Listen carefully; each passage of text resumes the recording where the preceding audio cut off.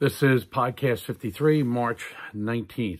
The Final Fours have started in the preliminary rounds, and obviously I want this to be the reclassification transfer portal video.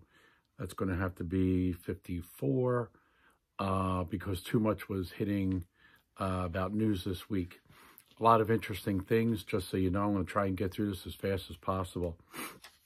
As I said months ago, the NCAA wouldn't decide on the summer until after the Final Four, which is April. Discussions are happening now, but the problem is, as I said, they acknowledge that schools in different parts of the country may be subject to different health and safety restrictions. That means not everybody's going to get vaccinated, even though our government is saying that, oh, we're going to get it out there. You have to remember, it's not your first shot, it's your second shot, and then 10 days after your second shot is when you're ready to rock and roll. People, they say, oh, you can do it before, but that is the norm for full 100% usage of that vaccine, whatever you get. Football is trying to get back, and my suggestion is if they want to do anything in June, make it a quiet period where people can come on campus so you can at least talk to your recruits and get them on. July, I think if they're going to have so much problems, not just this year, next year, about the economics of the entire system, because it's about economics. And the only way is to treat the summer like high school. Pick your days. You have X amount of days. So if you're going to pick the whole month of July, and obviously, I'm telling you right now, people are pushing into August because a bunch of shoe companies want to do events in August, and they're going to change that rule because they rule. And that tells you that what really goes on. But that's not here or there. The bottom line is, if you want to pick your days, I mean, go for it. They can't say it's about quality of life because stay home. You can watch it on video, which is what everybody did last year. All right, let's get to this. So the football is talking about a quiet period, June 1. They want to get people on campus faster. Some people are talking Father's Day. I don't know. I guess the next thing is the NIL. That's starting to heat up. A lot of stuff is going on. Players are starting to get involved. The inequality of what the resources for the Final Four has been an issue. Capitol Hill sources shared detailed comprehensive hybrid NIL bill being considered by congressionals, one that would incorporate aspects of the more transformational proposals currently circulated by both state and federal lawmakers. The problem is the NCAA wants antitrust. That's what they want. They're not going to care about anything. They need to protect themselves. The implementation could impact overall athletic department spending, including coaching contracts, facility development, as well as influence accounting practices to reduce overall department revenue, thus lowering the amount shared with athletes. What that means is, I want you to remember this. This is critical. It's a numbers game. So you know how they have these blockbuster movies that cost $200 million? And when the actors say, hey, I got a piece of it, and they get nothing, well, guess what? That's the idea. They run so many overhead and all this account and that account that there's nothing left to share. You don't think they're going to try that on the players?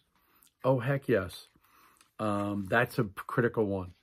And that and the other sneaky issue is, oh, yeah, you can transfer, but many of the conferences are going to hold to their, oh, you can transfer, but you can't transfer within our conference. People better be aware of that, and I'll bring that up on the next podcast. Emmett, we're looking forward to get the Department of Justice to better understand what our rules are and to learn better what their concerns are, to figure out what the path to move forward should be. There's nothing in this that's inappropriate. Basically, yeah, they're trying to ask for Sherman antitrust protection, which means nobody can challenge them. And thank God for the players, because corporations and event operators and everybody else failed to take the NCAA to task. Okay, as for the NIL, if you haven't seen it, a lot of people are using that hashtag not NCAA property. A bunch of people, a couple of athletes are talking about that. They're pushing for the association to permit college athletes earn money for things like sponsorship deals, online endorsement, and personal appearances. They're going to get it. It's going to be the, what does that mean? And, oh, yeah, you can get all that, but you can't touch any of our sponsors. Or, yeah, we'll manage that for you for a fee. That was the NCAA marketplace, remember? They're going to try to, quote, help them. Student athletes from 15 participating teams in the tournament go public with their call for progress as part of the hashtag Not NCAA Property movement alongside the NCPA. The group is pushing for full NIL rights by July 1.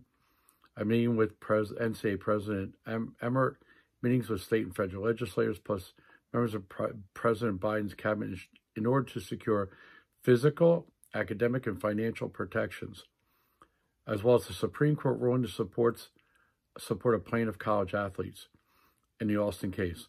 Well, that's intriguing because they won all these things, but there was something earlier in the year during the fall when people for football wanted even more. And they talked about the Athletic wrote an article about one of the players saying a boycott of the 2018 Final Four was very nearly reality. Now, I think it's in their own mind. The only other valid boycott would have been back in the probably 90s when the really gatekeepers and power brokers and mentors of so many people, the Black Coaches Association, John Thompson, George Raveling, John Chaney, and Nolan Richardson, among others, they all talked about boycotting the NCAA tournament.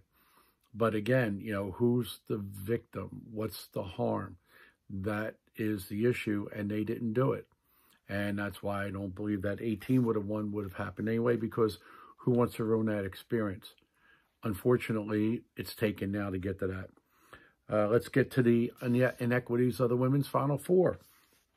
I know that they talked, it's a video running around. Lynn Holtzman, who's the VP for women's basketball, she said about a statement on the sparse strength and conditioning space in San Antonio.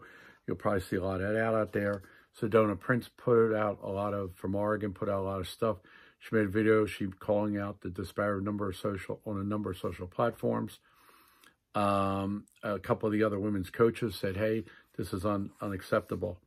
And let's get into some of this other breakdown stuff, which you want to hear. We'll get this finished up. This was a big one. And Rick Pitino, Louisville, now at Iona, and he was talking to USA Today, and he was talking about trying to get the, sooner or later the pros are going to take away our talent because they're going to the G League or overseas unless we get smart enough to understand we need to protect our players, protect your recruits, and have the ability to make money while they're in college. We're going to lose our talent. That's not good. Basically, the NCAA will lose the value of their TV contract. As I said many times, the NCAA will never punish their money.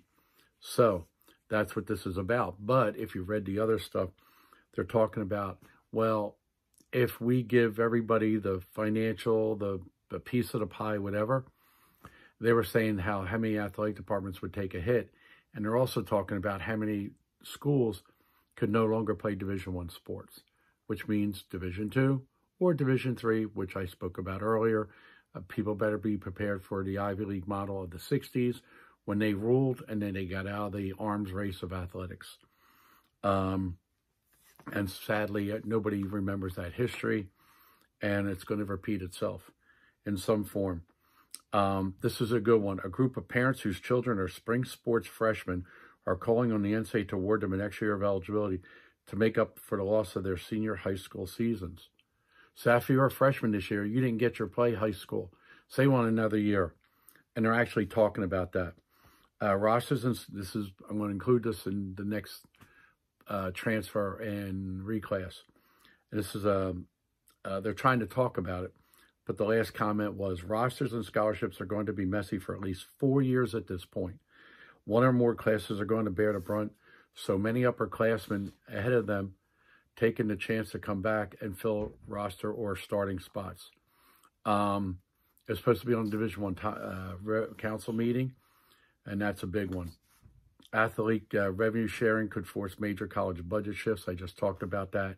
The impact of other structural changes could be greater than anticipated, even by legislators, and could cost larger schools millions and incentivize smaller ones to revisit the viability of teams.